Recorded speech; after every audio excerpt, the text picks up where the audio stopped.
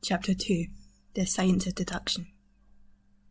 We met the next day, as he had arranged, and inspected the rooms at number 22B Baker Street, of which he had spoken at our meeting.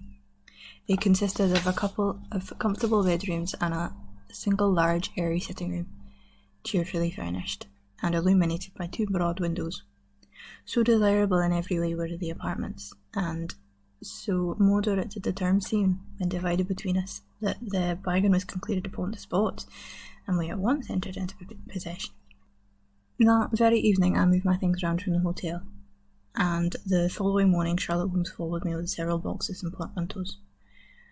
For a day or two we were busily employed in unpacking and laying out our property to the best advantage. That done, we gradually began to settle down and to accommodate ourselves to our new surroundings. Holmes was certainly not a difficult man to live with. He was quiet in his ways, and his habits were regular. It was rare for him to be up after 10 at night, and he had invariably breakfasted and gone out before I rose in the morning. Sometimes he spent his day at the chemical laboratory. I don't know. Sometimes in the dissecting rooms, and occasionally in long walks, which appeared to take him to the lowest portions of the city. Nothing could exceed his energy when the working fit was upon him, but now and again a reaction would seize him, and for days on end he would lie upon the sofa in the sitting room, hardly uttering a word or moving a muscle, from morning to night. On these occasions I have noticed such a dreamy, vacant expression in his eyes that I might have suspected him of being addicted to the use of some narcotic, had not the temperance and cleanliness of his whole life forbidden such a notion. As the weeks went by, my interest in him and my curiosity as to his aims in life gradually deepened and increased. His very person and appearance were such as to strike the attention of the most casual observer. In height, he was rather over 6 feet, and so excessively lean he seemed to be considerably taller. His eyes were sharp and piercing, save during those intervals of torpor to which I have alluded, and his thin hawk-like nose gave his whole expression an air of alertness and decision. His chin, too, had the prominence and squareness which mark the man of determination.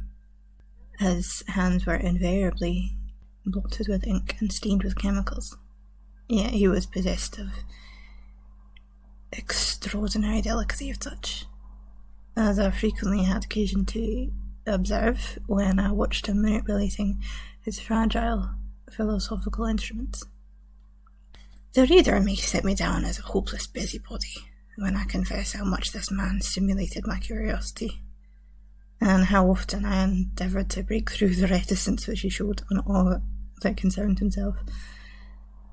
Before pronouncing judgment, however, be it remembered how objectless was my life, and how little there was to engage my attention. My health forbade me from venturing out unless the weather was exceptionally genial, and I had no friend who would call upon me and break the monotony of my daily existence. Under these circumstances, I eagerly hailed the little mystery which hung around my companion, and spent much of my time endeavouring to unravel it. He was not studying medicine. He had himself, in reply to a question, confirmed Stamford's opinion upon that point. Neither did he appear to have pursued any course of reading which might fit him for a degree in science or any other recognised bottle which give him an entrance into the learned world. Yet his zeal for certain studies was remarkable, and within eccentric limits his knowledge was so extraordinarily ample and minute that his observations have fairly astounded me. Surely no man would work so hard or attain such precise information unless he had some definite end in view. Desultory readers are seldom remarkable for the exactness of their learning. No man burdens his mind with small matter unless he has some very good reason for doing so. His ignorance was as remarkable as his knowledge. Of contemporary literature, philosophy, and politics he appeared to know next to nothing. Upon my quoting Thomas Carlyle, he inquired in the naivest way who he might be and what he had done. My surprise reached a climax, however, when I found incidentally that he was ignorant of the Copernican theory and of the composition of the star system. That any civilized human being in this 19th century should not be aware that the Earth travelled around the Sun appeared to me to be such an extraordinary fact that I could hardly realise it. "You appear to be astonished," he said, smiling at my expression of surprise. "Now that I know it, I shall do my best to forget it." "To forget it? You see," he explained, "I consider that a man's brain originally is like a little empty attic, and you have to stock it with such furniture as you choose.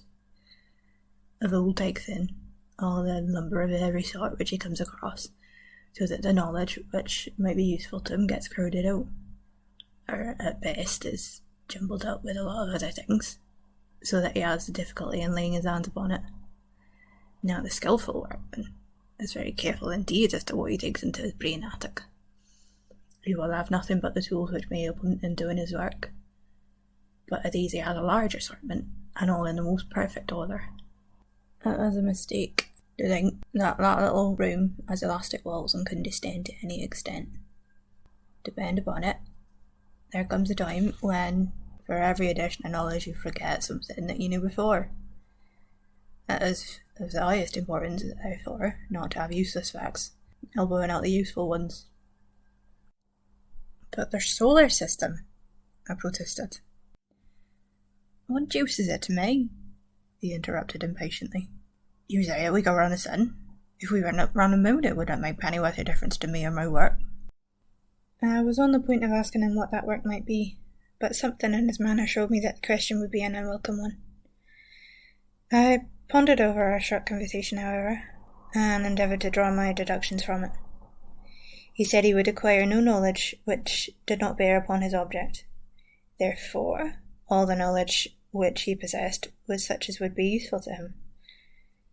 I enumerated in my own mind all the various points upon which he had shown me that he was exceptionally well informed. I even took a pencil and jotted them down. I couldn't help smiling at the document when I completed it. It ran this way: Sherlock Holmes, his limits. Knowledge of literature, nil. Philosophy, nil. Astronomy, nil. Politics, feeble. Botany, variable, well up in belladonna, opium and poisons generally. Knows nothing of practical gardening. Knowledge of geology, practical but limited. Tells at a glance different soils from each other. After walks, has shown me splashes upon his trousers and told me by their colour and consistence in what part of London he had received them. Knowledge of chemistry, profound. Anatomy, accurate but unsystematic. And sensational literature, immense. He appears to know every detail of every horror perpetrated in the century. Plays the violin well. Is an expert single-stick player, boxer and swordsman. And has a good practical knowledge of British law. When I had got so far in my list, I threw it into the fire in despair. If I can only find out what the fellow is driving at, by reconciling all these accomplishments and discovering a calling which needs them all, I said to myself, I may as well give up the attempt at once. I see that I have alluded above to his powers upon the violin. These were very remarkable, but as eccentric as all his other accomplishments. That he could play pieces, and difficult pieces, I knew well, because at my request he had played me some of Mendelssohn's Lieder, and other favourites. When left to himself, however, he would seldom produce any music or attempt any recognised air. Leaning back in his armchair of an evening, he would close his eyes and scrape carelessly at the fiddle which was thrown across his knee. Sometimes the chords were sonorous and melancholy. Occasionally they were fantastic and cheerful. Clearly they reflected the thoughts which possessed him. But whether the music aided those thoughts or whether the playing was simply the result of whim or fancy was more than I could determine. I might have rebelled against these exasperating solos had it not been that he usually terminated them by playing in quick succession a whole series of my favourite airs as a slight compensation for the trial upon my patience. During the first week or so we had no callers, and I had begun to think that my companion was as friendless a man as I was myself. Presently, however, I found that he had many acquaintances, and those in the most different classes of society. There was one little sallow, rat-faced, dark-eyed fellow who was introduced to me as Mr. Lestrade, and who came 3 or 4 times in a single week. One morning a young girl called, fashionably dressed, and stayed for half an hour or more. The same afternoon brought a grey-headed, seedy visitor, looking like a Jewish pedlar, who appeared to me much excited, and who was closely followed by a slipshod elderly woman. On another occasion, an old white-haired gentleman had an interview with my companion, and on another, a railway porter in his velveteen uniform. When any of these nondescript individuals put in appearance, Sherlock Holmes used to beg for the use of the sitting room, and I would retire to my bedroom. He always apologised to me for putting me to this inconvenience. "I have to use this room as a place of business," he said, "and these people are my clients." Again, I had an opportunity of asking him a point-blank question, and again my delicacy prevented me from forcing another man to confide in me. I imagined at the time that he had some strong reason for not alluding to it, but he soon dispelled the idea by coming round to the subject of his own accord. It was upon the 4th of March, as I have good reason to remember, that I rose somewhat earlier than usual, and found that Sherlock Holmes had not yet finished his breakfast. The landlady had become so accustomed to my late habits that my place had not yet been laid, nor my coffee prepared. With the unreasonable petulance of mankind, I rang the bell, and gave a curt intimation that I was ready, when I picked up a magazine from the table and attempted to while away the time with it, while my companion munched silently at his toast. One of the articles had a pencil mark at the heading, and I naturally began to run my eye through it. Its somewhat ambitious title was The Book of Life, and it attempted to show how much an observant man might learn by an accurate and systematic examination of all that came in his way. It struck me as being a remarkable mixture of shrewdness and of absurdity. The reasoning was close and intense, but the deductions appeared to me to be far-fetched and exaggerated. The writer claimed by a momentary expression, a twitch of a muscle or a glance of an eye to fathom a man's innermost thoughts. Deceit, according to him, was an impossibility in the case of one trained to observation and analysis. His conclusions were as infallible as so many propositions of Euclid. So startling would his results appear to the uninitiated that until they learned the processes by which he had arrived at them, they might well consider him as a necromancer. "From a drop of water," said the writer, "a logician could infer the possibility of an Atlantic or a Niagara without ever having seen or heard of one or the other. So all life is like a great chain, the nature of which is known whenever we are shown a single link of it. Like all other arts, the science of deduction and analysis is one which can only be acquired by long and patient study, nor is life long enough to allow any mortal to attain the highest possible perfection in it. Before turning to those moral and mental aspects of the matter which present the greatest difficulties, let the inquirer begin by mastering more elementary problems. Let him, on meeting a fellow mortal, learn at a glance to distinguish the history of the man, and the trade or profession to which he belongs. Puerile as such an exercise may seem, it sharpens the faculties of observation, and teaches one where to look and what to look for. By a man's fingernails, by his coat sleeve, by his boots, by his trouser knees, by the calcities of his forefinger and thumb, by his expression, by his shirt cuffs. By each of these things a man's calling was plainly revealed. That all united should fail to enlighten the competent inquirer in any case is almost inconceivable. "What ineffable twaddle!" I cried, slapping the magazine down on the table. "I never read such rubbish in my life." "What is it?" "Why, this article," I said, pointing at it with my egg spoon as I sat down to my breakfast. "I see that you've read it, since you've marked it. I don't deny it's smartly written. It irritates me, though. It's evidently the theory of some armchair lounger who involves all these little neat paradoxes in the seclusion of his own study. It's not practical. I should like to see him clap down in a class carriage on the Underground and ask to give the trades of all his fellow travellers. I would lay 1,000 to 1 against him." "You would lose your money," Holmes remarked calmly. "As for the article, I wrote it myself." "You?" "Yes. I have a tone for both observation and for deduction.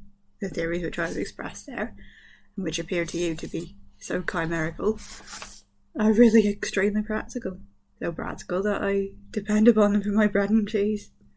"And how?" I asked involuntarily. "Well, I've a trade of my own. I suppose that I'm the only one in the world. I'm a consultant detective, if you can understand what that is. Here in London we have a lot of government detectives and a lot of private ones. When these fellows are at fault, they come to me, and I manage to put them on the right scent. They lay all the evidence before me, and I am generally able, by the help of my knowledge of the history of crime, to demonstrate there's a strong family resemblance about misdeeds. And if you have all the details of 1,000 at your fingerends, it is odd if you can't unravel the 1,001st. Lestrade is a well-known detective. He got himself into fog recently over a forgery case, and that was what brought him here. And these other people, they are mostly sent on by private inquiry agencies. They are old people who are in trouble about something and want a little enlightening. I listen to their story, they listen to my comments, and then I pocket my fee." "But do you mean to say," I said, "that without leaving your room you can unravel some knot which other men can make nothing of, although they've seen every detail for themselves?" "Quite so. I have a kind of intuition that way. Now and again a case turns up, which is a little more complex. Then I have to bust about and see things with my own eyes. You see, I have a lot of special knowledge, which I apply to the problem, and which facilitates matters wonderfully. Those rules of deduction laid down in that article which aroused your scorn are invaluable to me in practical work. Observation with me is second nature. You appear to be surprised when I told you on our first meeting that you'd come from Afghanistan." "You were told?" "No doubt." "Nothing of the sort. I knew you come from Afghanistan. From long habit, the train of thoughts ran so swiftly through my mind that I arrived at the conclusion without being conscious of intermediate steps. There were such steps, however. The train of reasoning ran. Here is a gentleman of medical type, but with the air of a military man. Clearly an army doctor, then. He's just come from the tropics, for his face is dark, and that is not a natural tint of his skin, for his wrists are fair. He's undergone hardship and sickness, as his laggard face sees clearly. His left arm has been injured. He holds it in a stiff and unnatural manner. Where are the drawbacks? Could a British army doctor have seen such hardship and got his arm wounded? Clearly, in Afghanistan. The old train of thought did not occupy a second. I then remarked that you come from Afghanistan, and you were astonished. It's simple enough as you explain it, I said, smiling. You remind me of Edgar Allan Poe's Dupont. I had no idea that such individuals did exist outside of stories. Sherlock Holmes rose and lit his pipe. No doubt you think you were complimenting me when comparing me to Dupont, he observed. Now, in my opinion, Dupont was a very inferior fellow. That trick of his of breaking in on his friend's thoughts with an apropos remark after a quarter an hour's silence is really very showy and superficial. He had some analytical genius, no doubt, but he was by no means such a phenomenon as Poe appeared to imagine. Have you read Gaboriau's works? I asked.